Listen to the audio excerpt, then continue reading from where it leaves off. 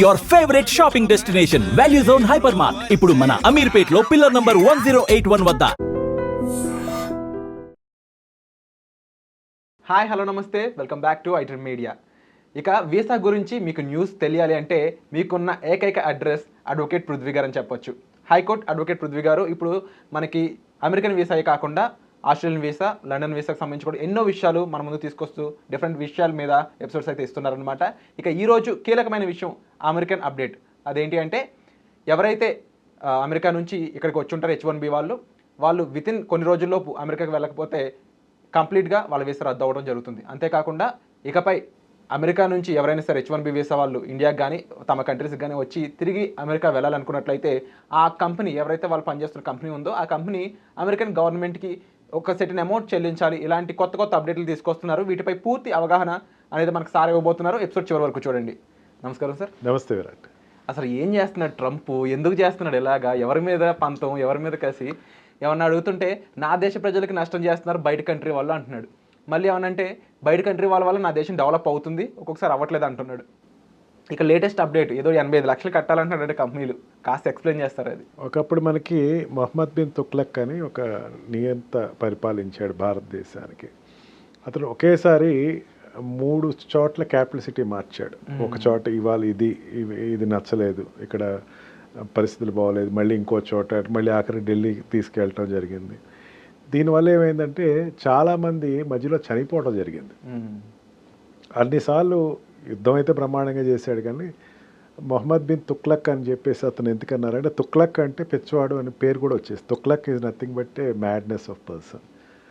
ఇప్పుడు ట్రంప్ కూడా తను చెప్పే రీజన్స్ని ఆ రకంగానే చెప్తున్నాడు అన్నట్టు. బేస్ ఏదైతే ఉందో ఆ బేస్ని నరికేసుకుంటా బయట ప్లాంటేషన్ ట్రై చేస్తున్నాడని చెప్పచ్చు. H1B వీసా అప్లై చేసిన వాళ్ళు వీసా కావాలంటే భారతదేశం దాంట్లో 88 lakhs వరకు వస్తుంది. 88 lakhs కట్టిన వాడు he can come for pickup అయిన వాడు H1B వీసాకి వెళ్ళొచ్చు అన్నది తన నిర్దేశం. దాన్ని ఈ రోజు నుంచి అమలు 21st కల్లా వాళ్ళు చేసేయాలి. అంటే 21st కల్లా రాని వాళ్ళందరూ కూడా they have to pay what we call this $1 lakh అని చెప్పేసి ఒక ఆర్డినెన్స్ అయితే తీసుకున్నాడు. ఫస్ట్ ఇంకా దారుణమైన ఆర్డినెన్స్ ఇచ్చాడు. ప్రతి సంవత్సరం $1 lakh కట్టాలనేసరికి మళ్ళీ క్లారిటీ ఏదో ఇచ్చినట్టున్నాడు. ఇవన్నీ కూడా నేను టాప్ 10 కంట్రీస్ని డిస్కస్ చేసి తీసుకున్నాను అన్న. అంటే మైక్రోసాఫ్ట్ కానీ లాంటి గూగుల్ కంపెనీ కానీ వీళ్ళందరితో తీసుకుని నిర్ణయం అన్నాడు. మేబీ అది తీసుకున్నాడో లేదు తెలియదు, కానీ అక్కడ ఉండేటువంటి పొలిటీషియన్స్ కూడా తీసుకున్నాడో ఏదో చెప్తున్నాడు, అంతేగాని వాళ్ళు ఇచ్చారు లేదు, వాళ్ళు ఏం మాట్లాడలేదు ఎజన్నాం. ఈ రకంగా తీసుకుంటే వల్ల ఏంటంటే నిర్ణయం వల్ల ఏంటంటే ప్రతివాడు H1B కావాలి అంటే దగ్గర దగ్గర ₹1 కోటి ఇన్వెస్ట్ చేసి వెళ్ళాలి అని చెప్పేసి ఒక వాట్ వి కాల్ నిర్దిష్టమైతే ఇచ్చాడు.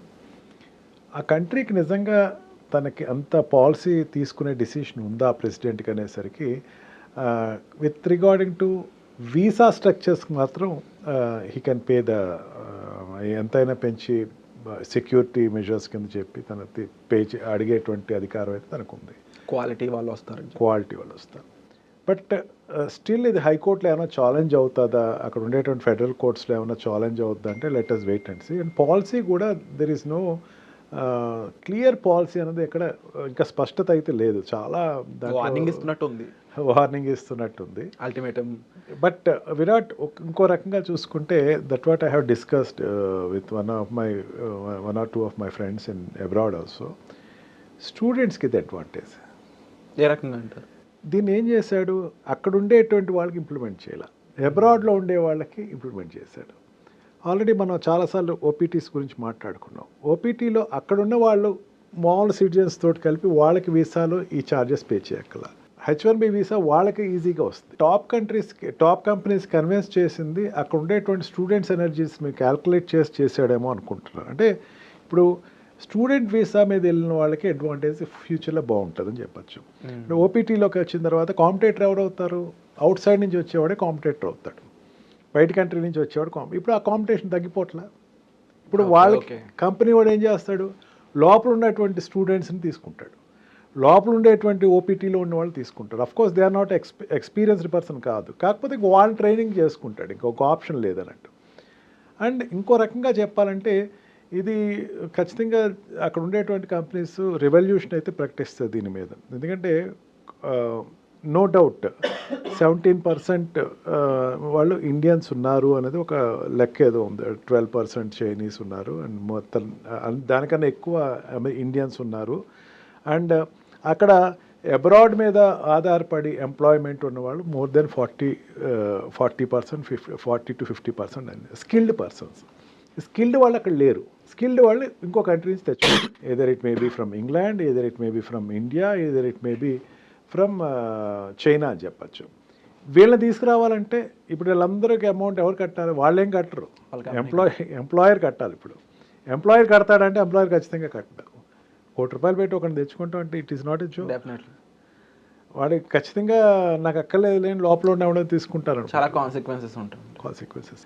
సో ఓవరాల్గా ఫైనల్గా చెప్పాలంటే ఇది ఇంకా కోర్టులో కూడా దీన్ని అప్లై చేయడం ఎలా పాసిబుల్ అవుతుంది ఏంటి అనే చర్చలు జరిగే ఛాన్స్ అయితే ఉంది. ఖచ్చితంగా కోర్టుకి వెళ్ళొచ్చు, దాని స్టే తెచ్చుకోవచ్చు. మనం ఆల్రెడీ ఇంతకుముందు సిటిజన్షిప్ గురించి మాట్లాడుతున్నాం. డెఫినెట్లీ కంపెనీస్ అన్నీ కూడా company are not satisfied with this. Almost all అన్ని కంపెనీస్ న్యూసెస్ చూశాను, వాళ్ళు కూడా సాటిస్ఫాక్టరీగా ఇప్పటివరకు ఏ స్టేట్మెంట్ ఇవ్వాలి, they are going to react upon it. Definitely ఇప్పుడు వరకు అయితే ట్రంప్ పాస్ చేసే ఈ జడ్జిమెంట్స్ కంటే ఇలాంటి లాస్ కానీ విన్నప్పుడు ఇవన్నీ పాసింగ్ క్లౌడ్స్ అని అంటూ ఉన్నారు ఇప్పుడు వరకు, ఎందుకంటే ఆయన వేసే టారిఫ్లు ఎప్పుడు తగ్గించడం పెరుగుతూ ఉంటూ ఉంటాయి కాబట్టి. బట్ ఇది ఏమవుతుంది అనేది అయితే వేచి చూడాలి. అండ్ చూస్తున్న అమెరికన్ ఆడియన్స్ అయి ఉండొచ్చు, ఇండియన్ ఆడియన్స్ అయి ఉండొచ్చు, స్టూడెంట్స్ అయి ఉండొచ్చు, మీ అభిప్రాయం ఏంటనేది కామెంట్ సెక్షన్లో మెన్షన్ చేయండి. మీకు ఏమైనా డౌట్ ఉంటే సార్ని సంప్రదించవచ్చు. వచ్చే ఎపిసోడ్లో మళ్ళీ కలుద్దాం. Thank you so much. And for more videos, Please subscribe to iDream. Please subscribe to iDream. Please subscribe iDream. And please subscribe to iDream. For more videos, subscribe to iDream. please like, share and subscribe to the channel. Congratulations, iDream. Subscribe to iDream. Subscribe to iDream. So subscribe to iDream Media. iDream की iDream team अंदर की huge congratulations. Please subscribe iDream Media. Please subscribe to iDream. Subscribe iDream. Please subscribe to iDream. iDream అంటే నా కళల channel subscribe చేసుకున్న నోరు తిరుగుతలేదు, మీరైతే గంట గుర్తు కొట్టండి. For more such videos, please subscribe to iDream. Subscribe to iDream. Please subscribe to iDream. Please subscribe iDream Media. Please do subscribe to iDream. Please subscribe to iDream Media. For best entertainment and information, please subscribe iDream. And don't forget to subscribe to iDream.